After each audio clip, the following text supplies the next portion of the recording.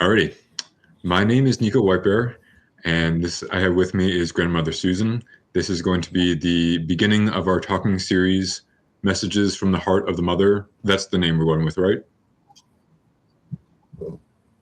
Okay, and we'll go ahead and introduce ourselves, and then today we're just going to be doing a little bit of back and forth interviewing and see where the conversation takes us. Grandmother Susan, I'll let you introduce yourself first, and then I'll talk a little bit about myself. Oh, thank you. Thank you, NIKO.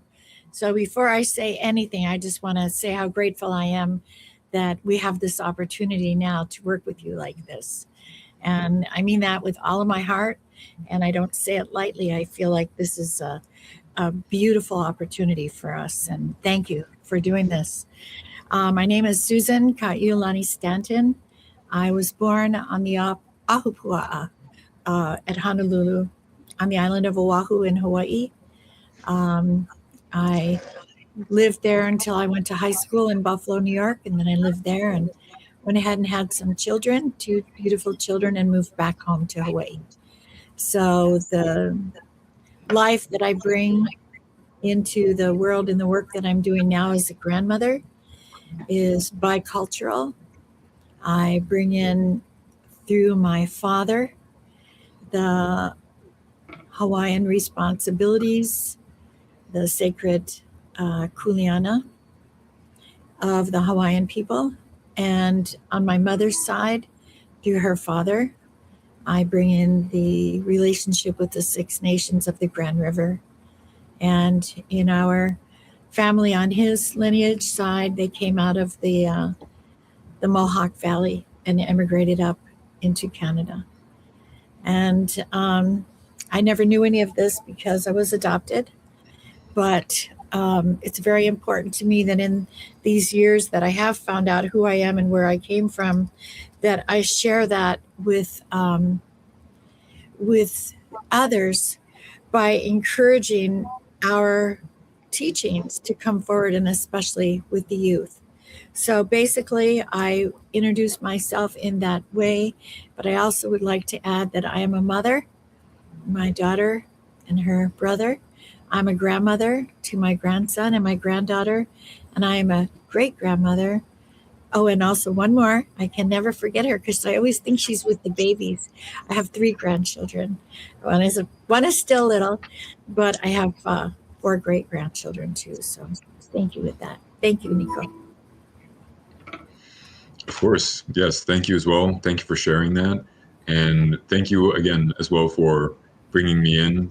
And I'm very grateful to be here as well too. So my name is NIKO Whitebear, and I'm from Buffalo, New York. I'm a mixed Mohawk. My mother has Russian and Western European ancestry, and my father's side is Mohawk. My grandmother is from the 6 Nations Reservation. And I found my way to the Red Road through a few books. The first book was Rolling Thunder by Doug Boyd, and then the sequel to that, Mad Bear. And I read the books and loved them so much that I recorded them and posted them online. And then through that, I came into contact with Mac, who many of you I'm sure know. Mac is a cultural archivist and a writer and a content creator, and he kind of brought me under his wing and introduced me to so many different people. Mad Bear's apprentice, Michael Bastine. He introduced me to Grandmother Susan, Ted Silverhand, and has been definitely one of the most important people in this part of my life. And I'm very grateful to meeting him and very excited and looking forward to seeing what we are able to create together. I was brought in kind of to represent the youth and have a voice for them, learn from the elders, and learn how I can better connect youth to the elders, because that is definitely an area that we are very lacking in at the moment. So I guess I can kind of segue that into like my first question for you, Susan, would be, what do you think are some like the greatest things is a broad word, but like things that are separating elders and youth? Do you think it's just lack of communication or lack of understanding of one another? What do you think are some current things that are separating youth from elder teachings? I think that's a really, really, really big question. I think that it's a multiple of things, but I think that when we look at it as three generations, the youth, their parents, and then the grandparents, that we have a bit of a disconnect along the way. And that disconnect can be caused by many things. We're rapidly evolving right now. And some of the things that we're going through are good things in a way. Some of them are not so good in other ways. And so we have a lot of disconnects because of those. And I'm not going to get into too much more about it on that level, but I think that this generational disconnection has a lot of different reasons for that. I personally have a lot of experience in working in correctional facilities, in maximum security, minimum, county detention, juvenile corrections, women's prison, that type of thing. And one of my most beautiful experiences was when a 13-year-old boy came up to me after I had been speaking in the beginning of my work with tribal youth. And he came up to me in the jail and he said, grandmother, please don't say Indian, say Indian. Because if you don't say Indian, people are going to think that you're not native. And I just looked at him and I thought, wow, that is really profound. You know, here's a child who's helping me to step into a world that I didn't understand. And that's when I kind of shifted my thinking. So I think that part of that has to do with our being willing to listen to the youth, not just feel like we have all the answers, because I think that that can be a big turnoff to our relationship. You know, we have to feel that it's an exchange, not, you know, are changing their lives for them or getting them to be what they're supposed to be when really we don't have a clue. Am I making any kind of sense with that? No, absolutely. Yeah, no, I fully agree. I think it has to be both ways. One cannot only receive from another. You have to be able to give and receive. And yeah, no, I agree with that as well too. I think a lot of, not to like say negative things about elders, but I feel like as an elder, you might think that you know everything, and that because you have reached that age, you have nothing more to learn, so that you're always just thinking that you know what is best and trying to tell people what to do or how things should be. And youth can definitely be like that too, like especially like teenagers or something. Like they think that they grew up a little bit, so they know everything about the world. But no matter what age you are, truly, you're always a student to someone. I totally agree with that. I really do, and I'm really grateful that you've expressed it that way. It's like when I'm out, like say last year, I believe it was, I was down on the Mississippi River, and there was they were having an event, and they'd asked me to come and speak, bring my drum, and so I brought a lot of different things, and I came down there. And when it was over, you know, I started taking my things back to my car. And this young guy, maybe 16, showed up beside me and said, grandmother, may I help you? And I said, sure, you know, and I handed him some things. And as we were walking, I stopped and I looked at him, and he stopped and he looked at me, and I looked him right in the eyes and I said, why, of all the times that you could have chosen to come to the earth, why did you choose now? With all the wars and violence and anger and the sicknesses and, you know, the impact we're having negatively on nature, why did you choose now? And he just stood there and he looked at me and he didn't hesitate. He told me why. And I said, well, there's your purpose. I said, I know people my age that are still trying to figure out what their purpose is. I said, you know why? I said, from now on, use that as your flashlight beam.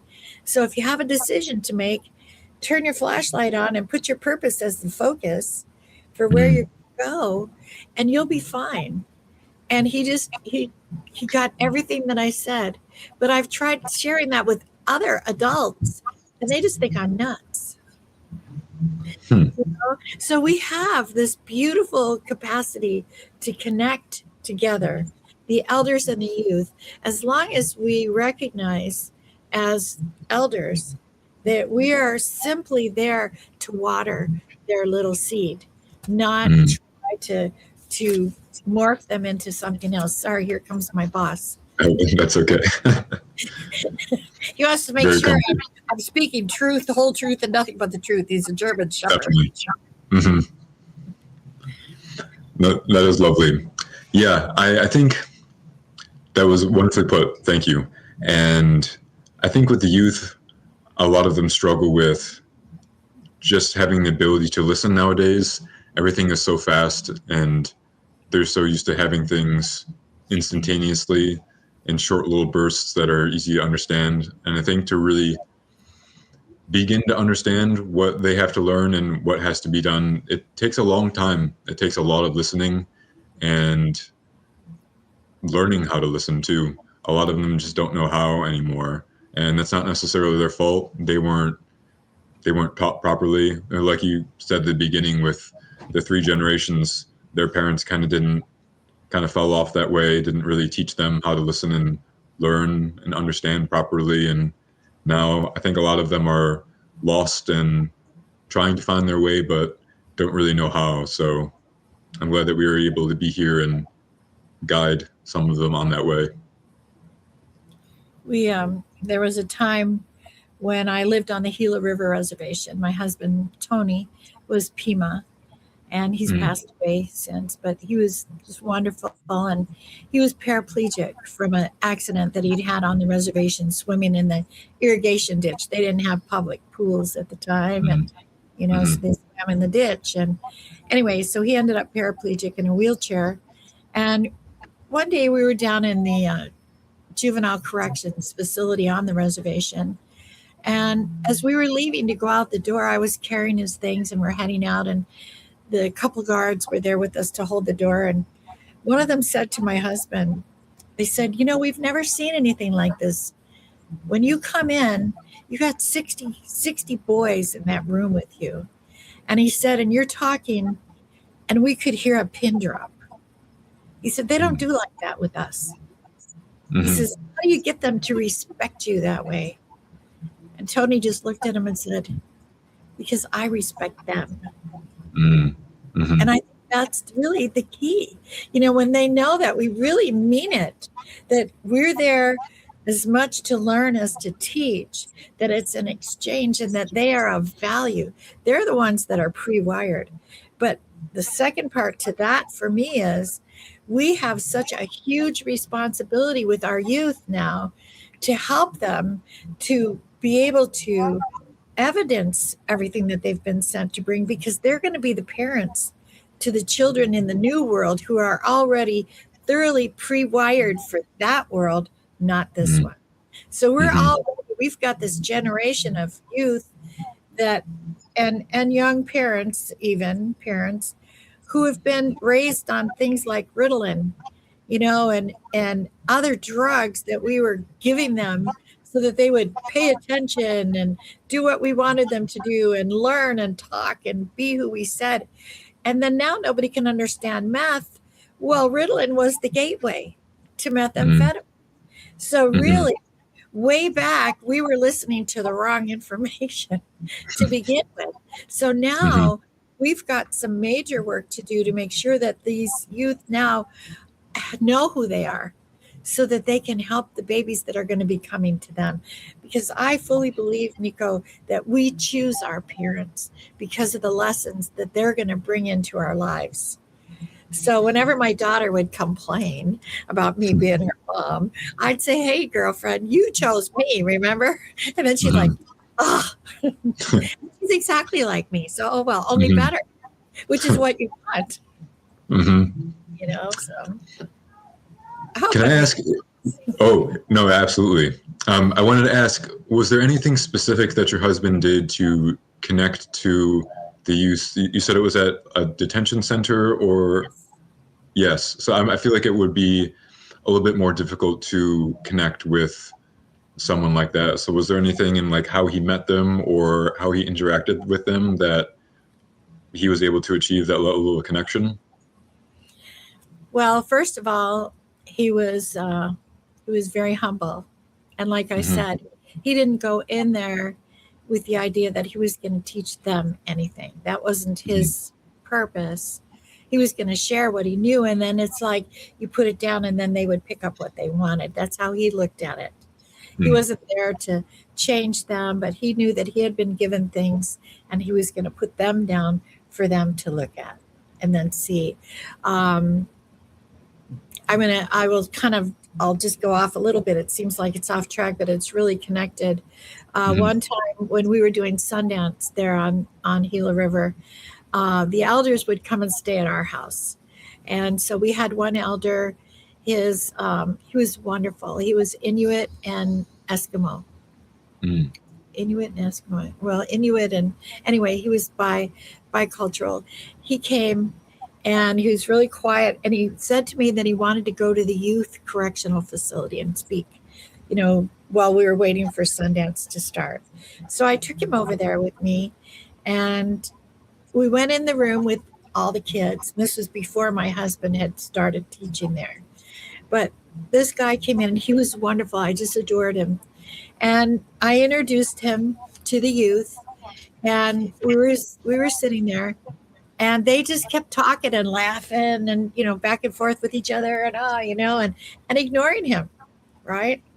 And he Hmm. just quietly stood there, and they just ignoring him.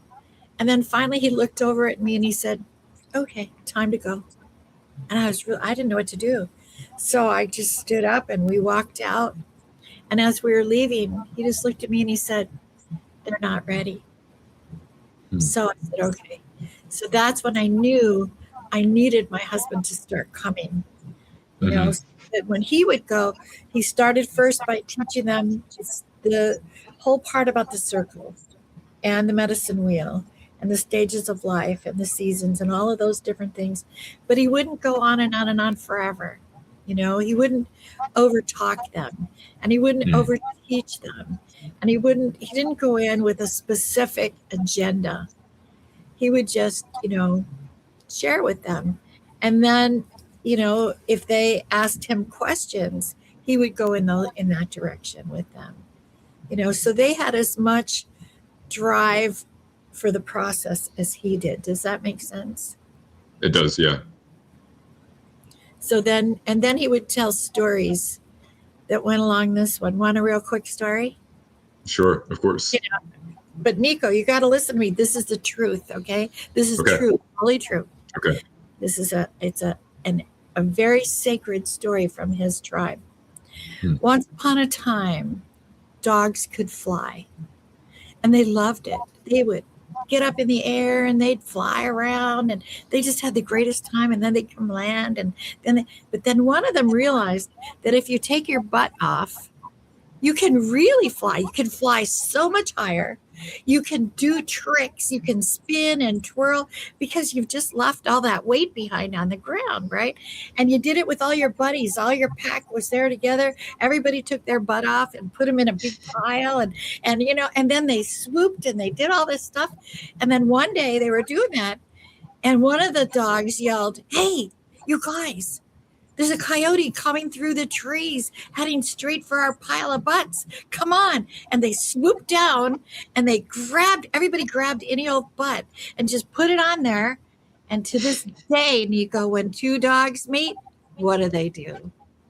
They look, Snippy. "Hey, whose butt is that? You got my Uncle Charlie's butt. Where'd you get that?" So my husband would teach a sacred thing, and in the middle, he'd stop and talk about the dogs, Mm. so that you're always changing the cadence. Is that the right word? Yeah. Hmm. Changing the timing. And so when I listen to music that youth like, I hear that. You know, it's not just blah, blah, blah, blah, blah, blah, right? It's different. So I think that was part of it. And that exists in our culture. But we have to be willing to step out of our way and let Creator take over and be the voice, not the brain. Does that make sense? But we can still be the heart. Mm-hmm. And you that was lovely put. They know when you love them and when you're just, blowing smoke. They know the difference. Mm-hmm. Definitely. No, that was wonderfully put. I hadn't thought of like incorporating, well, changing up the pace and the tone, like the cadence you said. I had never thought about that, but I'm sure that works wonders. It would definitely work with me as well too, and especially with adding humor. I think humor is something I often lack in like genuine like conversation like this, where I don't normally think to like make it more lighthearted, but oftentimes that's what people can connect with more. So a lesson to be learned. No, beautiful. Thank you.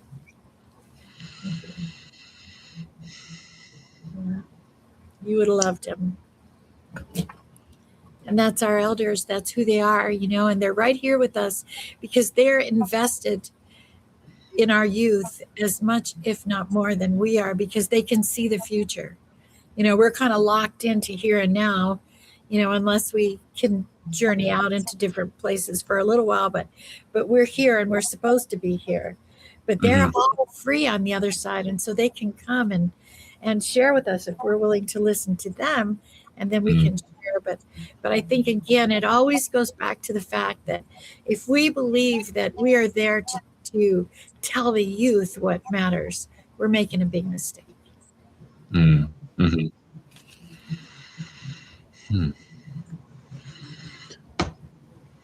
Do you have any questions for me? If not, I would be happy to ask you another.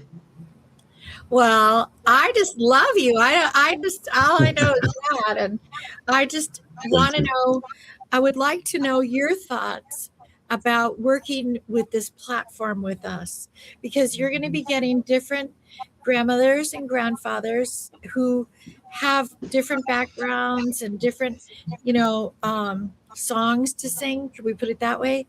Different stories to share, different languages to speak. What is it that you feel we can bring to the youth from your perspective? That is a great question.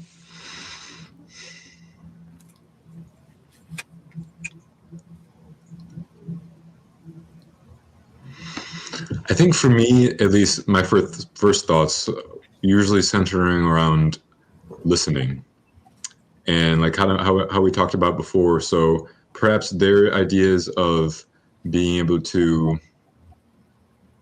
better quiet oneself and really not necessarily just learn to listen to like the words and phrases that someone may be saying, but to listen to the deeper layers behind the words, if that makes sense, and understanding the implications and how they can incorporate them into their own lives. I think it definitely takes a little bit of time,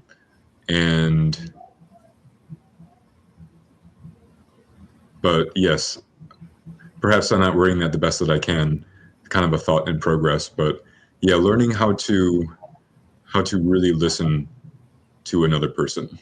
I think if they can share that with us, I think that would be very beneficial. I love that. I think that's beautiful. Thank you.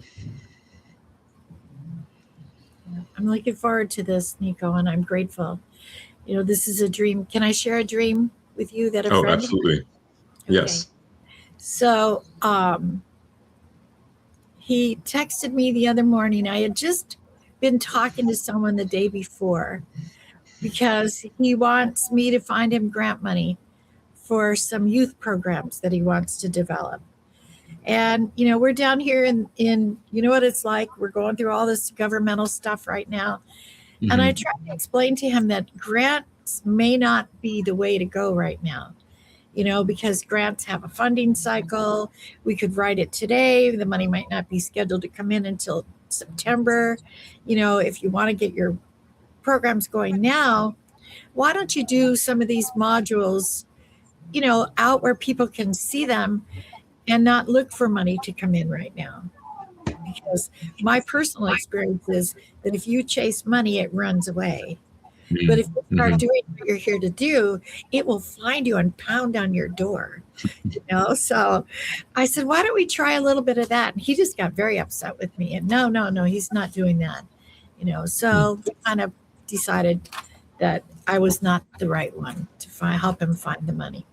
So I was really disappointed because I want programs for our youth, and how do I do that? So the next morning I got a text message at 6:00 in the morning from a tribal member in a different tribe, and he had a dream that he'd just woken up from, and he wanted me to hear it because it was really bothering him.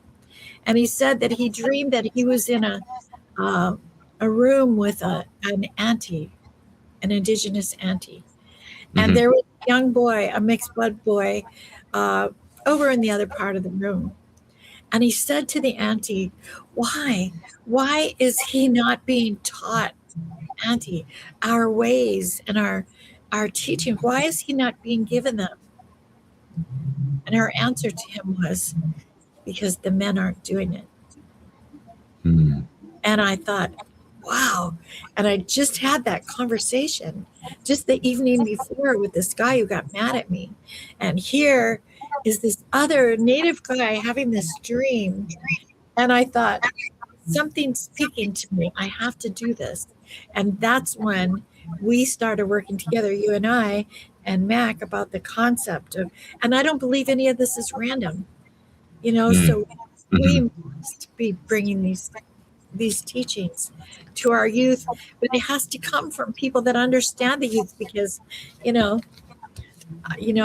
don't know anything about rap, and Mac keeps telling me rap. I don't know anything about rap, but I'd love to learn, but so I think the fact that we're looking at a platform that will engage these two generations is just huge.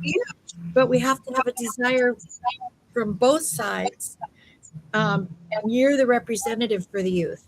They don't know yet, but you're going to help us to get it out there in a way that, we can communicate. I'd love to see how that goes.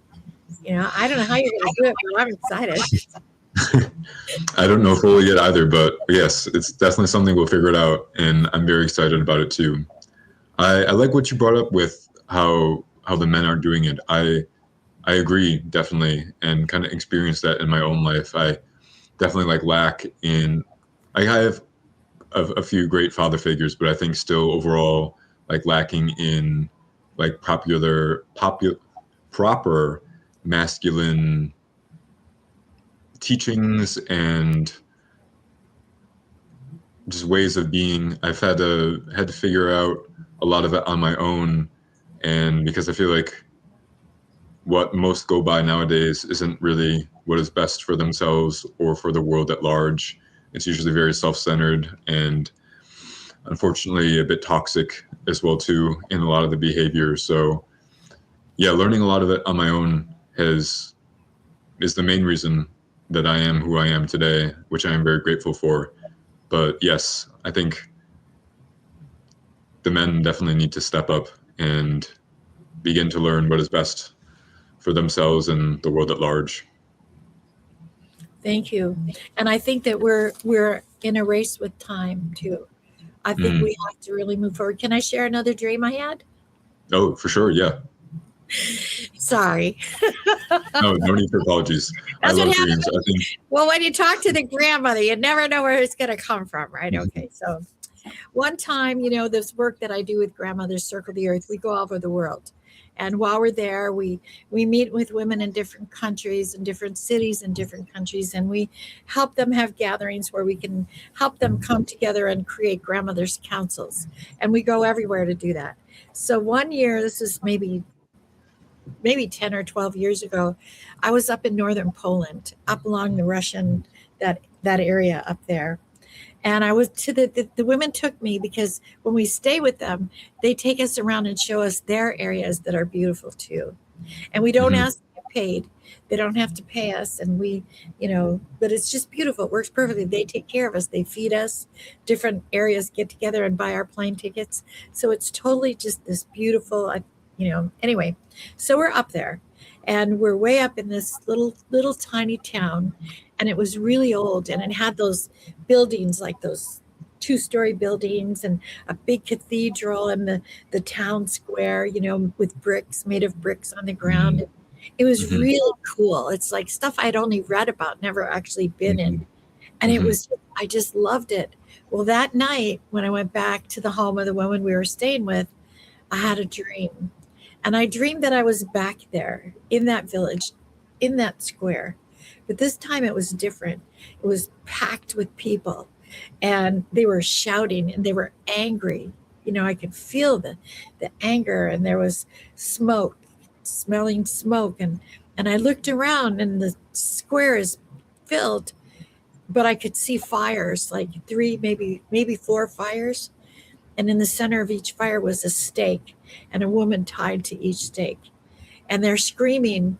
And I didn't understand, but I knew they were saying witch, and I could see the priests in their long black robes and it was awful. And as I'm standing there and I'm looking at this, all of a sudden I saw something I'd never seen before. Next to each of those women, right there at the edge of the crowd there, beside them was a man. And that man was their husband, or their son, or their father. And I could see him and I could feel his pain because he knew she wasn't evil. He knew she was an herbalist or a midwife or, whatever, but she was not evil as she was being charged with. And I could see and feel him. And then as her body slipped, I saw her medicine pass to that man as she died. And then I knew that I know these men. It's passed from generation to generation. And not every man here carries it. But there's that one in the lineage who does. And they're the men that have that wounding, that unexplained wounding for why they are so sensitive and why they are so respectful to the grandmothers. I recognize them when I see them now. And I do a workshop called Men's Tears Are Sacred, because they are. And I tell the women, if you're ever blessed enough that a man sheds his tears in front of you, then know that he trusts you enough to do that. But if you're ever close enough that one of those tears falls on you, then you are a sacred person in his life. And you have this opportunity now to bring that healing. And then, as they say, as we heal ourselves, we heal these generations back. As we heal the men, the boys, the young men, they heal back up too. So we're healing all the way back to the first fire, to the original fire, So it's so much more, I think, than what I even thought it could be when I started recognizing this need to work with the men and the youth, because that is that connection. The youth need the men. They need that now. And so when we work with a man who's healing from that wound, he turns and works with the youth. And so then when we see them working, we know who they are too. Does that make sense? Yeah, that was beautifully put, and an incredible dream. I couldn't imagine having such a powerful dream like that.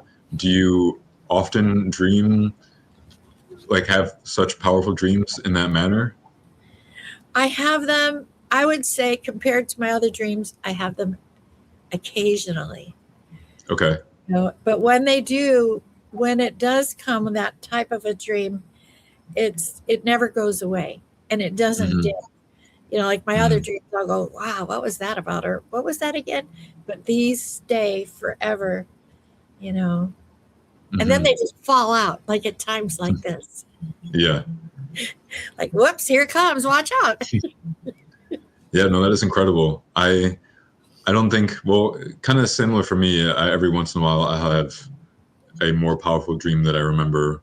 I've been trying to work on remembering them more. I had a reading a few months ago with Ted Silverhand, and in my reading, he emphasized that I'm a dreamer and that I should work on better recollecting them. So I've begun keeping a journal, and it's helping a bit. Sometimes I still struggle, but yeah, I've been wanting to learn more about the dreamscape in general lately. So I appreciate you sharing that one very much. Well, I appreciate what you just shared about Ted, because he is really a very, I don't know how this, I don't know quite what word to use, person in my life as well. And he and I shared a dream with each other. And within hours, because of our dreams, I ended up buying Eagle's Nest here. And all of the things that have happened, the gatherings and everything that came outward from that, go all the way back to Ted. So I feel like he's sitting there watching this going, uh-huh, uh-huh. Yeah. So we hear you, Ted. Yeah. That is amazing. When did you first meet him? Let's see if I can even remember. I can never remember stuff like that. A long time, I'm guessing. Actually, that is a really good question. I don't even know how long ago it was. I know I don't remember. He's been here. He's been to my home, and I've been, talking to him for years, but I don't remember when I first met him. So he's gonna love that one too. That's okay. Yeah, I've only come into contact with him, I'd say about a year and a half ago through Mac, and I could tell on the first time I talked to him over the phone, and I could tell right away that he was definitely a powerful figure, to say the least. And I was very grateful for the time and the reading that I had with him, and looking forward to seeing him again someday. I'm hoping that he'll come down here in May, and that you see him then. But I believe exactly what he said to you about being a dreamer, because I feel that, and I felt that in your song when you first sang it. When I first heard that, when I was looking at, I don't even remember where I saw it, but I listened to you sing. The first one I did, Wounded Lake. Yes, I think that was it. It was beautiful. Just really, thank you. Really touched me. So I believe that Ted sees that in you clearly, and I think that's really important. And I love that. It's beautiful. You're an amazing person. Thank you very much. You're amazing as well. Thank you. Thank you. Yeah. I think we got a little bit of time. Go for another 15 or 20 more minutes or so. I'm here, whatever you want to do. Remember, grandmothers never run out of words. Ever. That is good. Of course. Can I say one thing? Can I tell you an experience I had? Sure. And I'm saying this because I want to encourage any other grandmothers who are listening to me tonight, and NIKO, who maybe are thinking that it's time for them to step up and start to share. But it can be very daunting. It can be a very scary thing, and so I want to share this experience that I had early on. And I had just moved to Las Vegas, Nevada. I'd been there a little while, and I was new in this world of being able to speak. And I was invited to speak to a women's conference. And I thought, oh yeah, I could do that. So they gave me a topic, and they gave me some suggested references. And I said, okay, that's cool. They said there's going to be 3 speakers. There's going to be the first speaker, who will be like me and have maybe 15 minutes or so. Then there'll be the big keynote, right? And then there'll be me. I'm the last one, and I get another 15, maybe, I don't know, 20 maybe, but probably around 15 minutes. And I said, oh yeah, I can do that. So they gave me a topic, and they gave me some suggested references. And I said, okay, I can do that. But what they failed to tell me was that when I showed up a month later, that it was at the Las Vegas Convention Center. And if you've Wow. ever been there, it's just under 5,000 people. I had no Mm-hmm. idea. I'm thinking I'm going to be in a room with maybe 50 women tops. I was Mm-hmm. terrified. I didn't want to get out of my car. I just sat there thinking, I can't do this. I can't. This is crazy. What am I going to do? And I went in and I sat up there. I stood up. I went up, got on the stage, sat down, the three of us in a row. And the first lady spoke, and I thought, I can do that. I worked really hard on this talk. I had it all perfectly laid out. I could do it. She did it. I can do it. Then we had some music. Then the keynote got up. She stood up. She was this amazing woman who gave my entire talk and all my references. Huh. And I'm sitting there going, what? So my brain, between my heart getting ready to fail me and my brain wanting to live in Kansas instead of being in Vegas, I'm trying to think, what am I going to talk about? And there was nothing in my head but this giant vacuum. There was nothing there but an empty universe. And then it was my turn. So I got up and I walked to the podium and I pulled the microphone down and I said, as I'm looking out at the sea of women, rows and balconies and aisles of women, thousands of women. And I said, I would like to thank this woman for giving my entire talk and all my references. And it's totally dead silent. And then somebody starts to laugh. And then somebody over here starts to laugh. And then somebody up there. And pretty soon, thousands of women are cracking up. Because what's worse?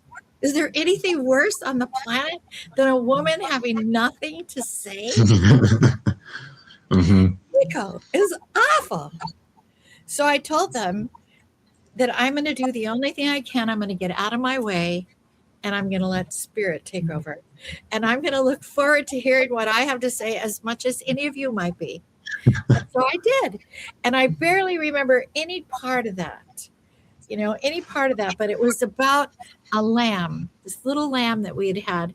I had met a Peruvian shepherd. He gave me 14 bummer lambs when I had a ranch in Utah, 80 acres. I had no idea how to take care of lambs, but I couldn't do it. They've been abandoned. They don't know where their mommy is. So I had all these lambs, and my son, who was 12, fell in love with one. Totally, that was his favorite.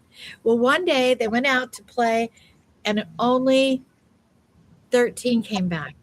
His lamb was missing, and he was devastated. So we went out, we started calling him. It got dark.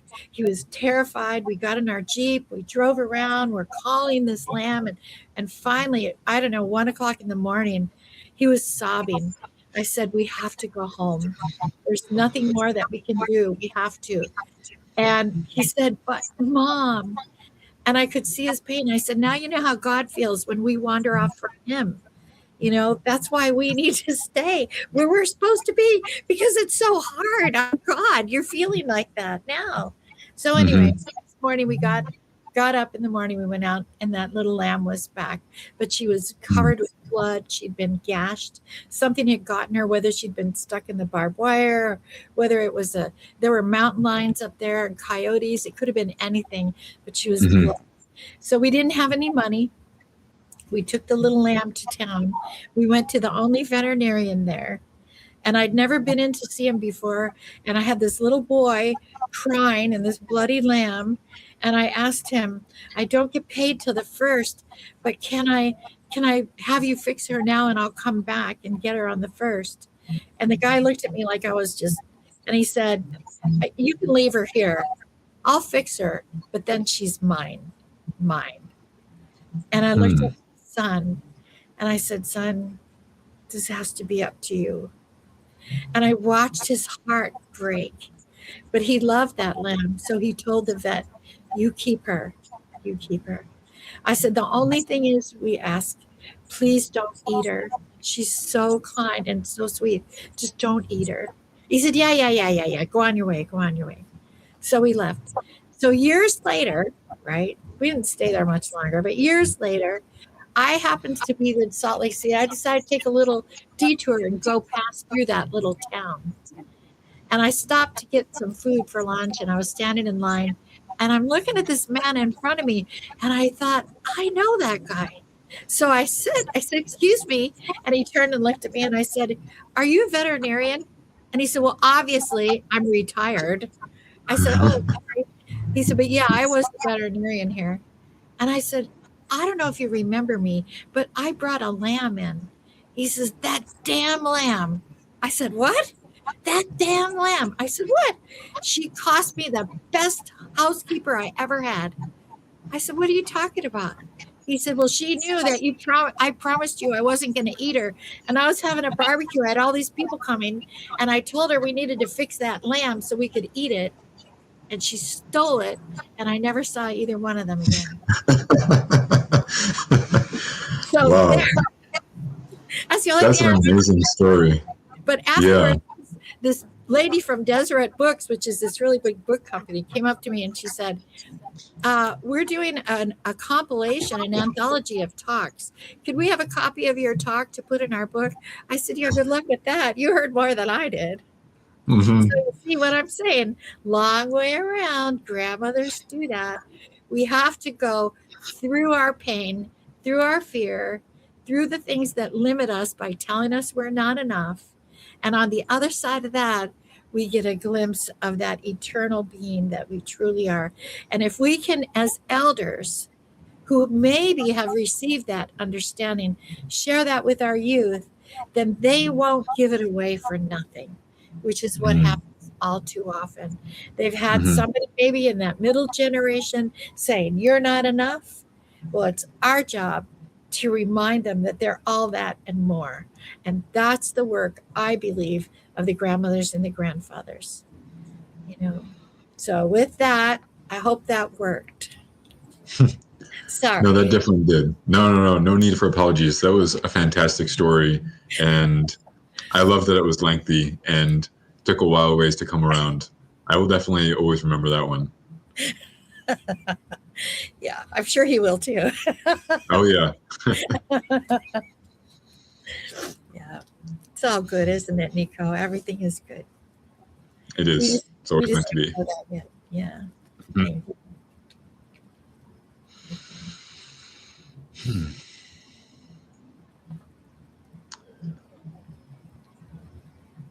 Trying to think if I have any follow-up kind of closing questions as we're kind of coming near the end. Do you have any final questions for me? I want you to, it's not really a question. Okay. I fully mean this, because I know we talked a long time ago on the phone, and I don't remember much about the conversation, but I just know that as soon as Mac mentioned that you were, thinking about doing this, I was so excited, NIKO, because I believe that there's no accident to this, that you are the one to be able to do this because you are a bridge. And the bridge people, they don't have it easy, because they have to have one foot on one side and the other on the other, and they have to keep their balance no matter what. And when they're up there like that, they're easy targets, and people that are broken or people that are jealous or whatever, it can be a really hard thing. But I just never want you to lose track of the fact that you are who you are for a purpose, and that purpose exceeds any limitation that you may ever feel exists. And if you ever need your grandmother to remind you, call me.